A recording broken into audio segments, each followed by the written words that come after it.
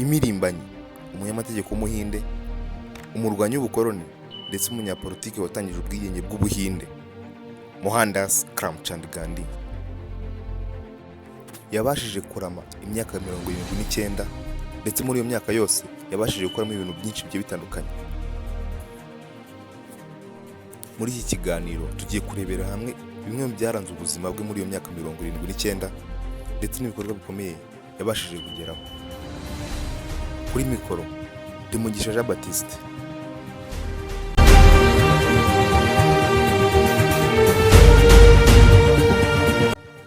Mohandas Karamchand Gandhi wamenyekanye nka Mahatma Gandhi. Iri zina Mahatma yaje kurihabwa n'umusizi wari ukomeye mu Buhinde witwaga Tagore, ubwo Mahatma Gandhi yari avuye mu gihugu cya South Africa muri Afurika y'Epfo aza gukora ibikorwa bikomeye mu gihugu cyabo cy'Ubuhinde, azamuka nk'intwari.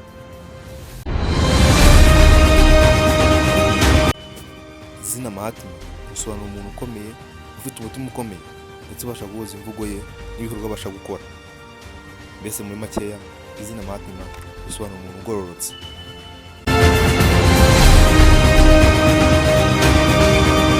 Mohandas yavutse ku itariki 2 z'ukwezi kwa 10 mu 1869, avukira mu ntara ya Porbandar mu gihugu cy'Ubuhinde. Gandhi yavutse bwa nyuma ku mugore wa 4 kuri se, nyuma y'uko se yari yarashatse abagore bagera kuri 4. Babiri ba mbere bapfuye bakiri batoya nyuma y'uko bari barabyaye abana b'abakobwa gusa, ndetse uwa gatatu niwe babashije kubana igihe kirekire. Mu gushaka umugore wa 4 nibwo yaje kubyara uyu nguyu Gandhi, amubyara ari we mutoya. Ku myaka 9 Gandhi yinjiye mu ishuri i Rajkot, aho yize imibare, amateka n'ururimi rwa Gujarati.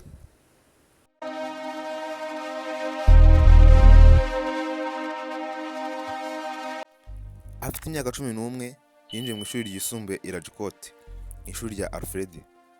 Muri Gicurasi 1883 Mohandas w'imyaka 13 yashakanye na Kasturba Upadhyay w'imyaka 14. Mu mpera z'umwaka wa 1885 se wa Gandhi yarapfuye. Icyo gihe Gandhi yari afite imyaka 16 n'umugore yari afite imyaka 17. Bari bamaze kwibaruka umwana wabo wa mbere w'imfura, gusa nawe ntiyaje kumara igihe kinini kubera yuko nawe ubwo se yapfaga n'umwana wabo yahise apfa. Izo mfu zombi zose zababaje Gandhi.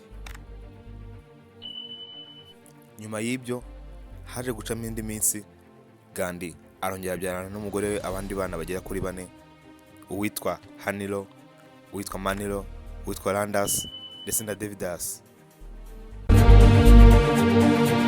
Mu mwaka wa 1888 Gandhi yashatse gukomeza amasomo ye muri kaminuza yo mu Bwongereza, ariko umugore we ndetse na mama we babanza kumwangira bitewe n'uko babonaga ko agiye kujya mu wundi muco wo mu kindi gihugu kandi badahuje umuco. Yaje kuganiriza umugore we ndetse na mama we, abasezeranya isezerano rikomeye. Abasezeranya ko azirinda kurya ibiryo birimo inyama, akirinda inzoga ndetse akirinda n'abagore.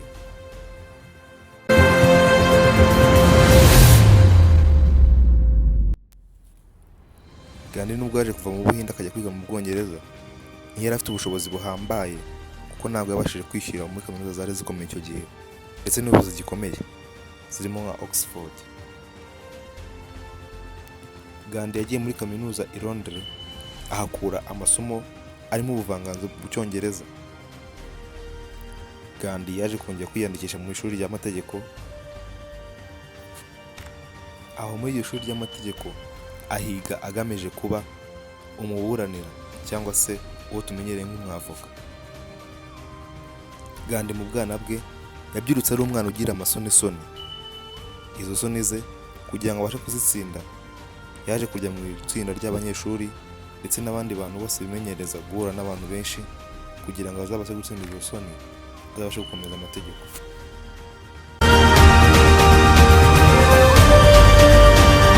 Nyuma y'uko Gandhi ashoje amashuri ye, yaje kubona akazi muri Afurika y'Epfo.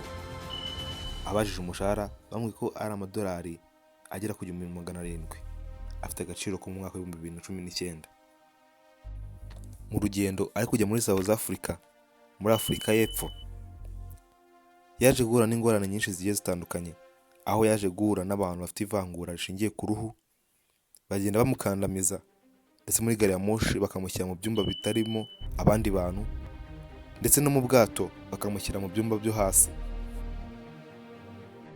Ibi byose babimukoreraga bashingiye uko babonaga asa icyo gihe. Ibi byaje kumutera gukomereka nawe ku mutima, biza kumuhindura ibitekerezo, atangira kugira nawe ivangura ry'uruhu, atangira kujya avangura abantu ashingiye ku ruhu bafite. Yatangiye kwanga abirabura bose, abanyafurika bose atangira kubanga, ndetse n'abahinde bafite uruhu rwirabura nabo atangira kuba kandi ari bagenzi be.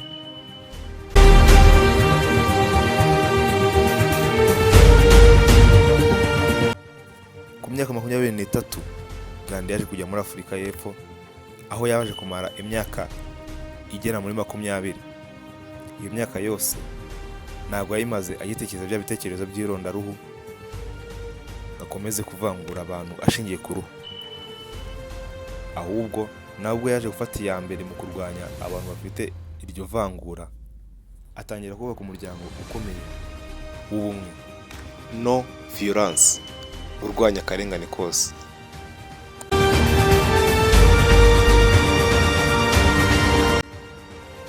Gandhi na bagenzi be bari kumwe baje gukora itsinda bihuza n'abanyafurika, batanya kurwanya ivanguramoko rishingiye ku ruhu, ndetse icyo kintu kiza gutuma abanyafurika bamukunda, bamwubakira igishushanyo aho ngaho mu mujyi muri Afurika y'Epfo.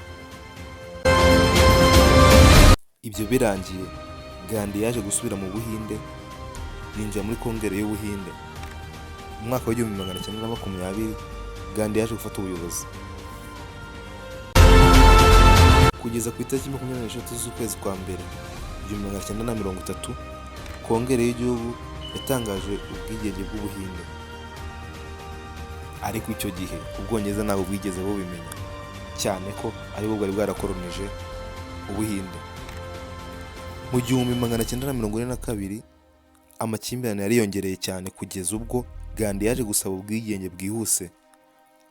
Agiye gusaba Ubwongereza nta kindi kintu bwamusubije, aho bwaramufunze. Muri icyo gihe umuryango w'Abayisilamu wari uri muri icyo gihugu cy'Ubuhinde waje gufatanya n'Ubwongereza barwanya ibitekerezo byose bya Gandhi, ndetse bivuye inyuma. Muri izo mvururu Abayisilamu baje guteza impaka, biza gusaba yuko baza gutandukana bakava ku gihugu cy'Ubuhinde. Mu mwaka w'1947 Abongereza nibwo bagabanyije igihugu cy'Ubuhinde bakigabanya na Pakistan. Pakistan igendamo Abisilamu, ndetse buri wese agera ku gihugu cye abona ubwigenge bwe.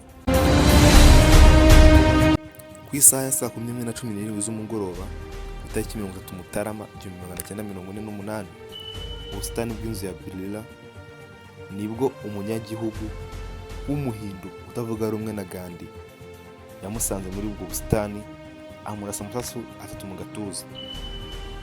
Gandhi yajyanywe kwa muganga n'abari aho ngaho, ariko ntibyakunze ko aramuka, kuko mu minota 30 gusa yari amaze guhera umwuka. Kubera ubutwari bwa Gandhi, aho hantu yarasiwe bahise bahita Gandhi Smriti. Umuhango wo gushyingura Gandhi waranzwe n'ubwitabire budasanzwe, aho Abahinde barenga miliyoni baje muri uwo muhango baza gushyingura. Urupfu rwe rwababaje abantu benshi cyane, ndetse rubabaza igihugu cyose. Gandhi yapfuye afite imyaka 79. Ngaya nguko intwari y'Ubuhinde nuko yaje kurangiza ubuzima bwayo. Mwakumwe na Mugisha Jean Baptiste. Kora subscribe, usharing ndetse ukore like, utange comment y'ikiganiro wifuza twakugezaho ubutaha. Ciao ciao.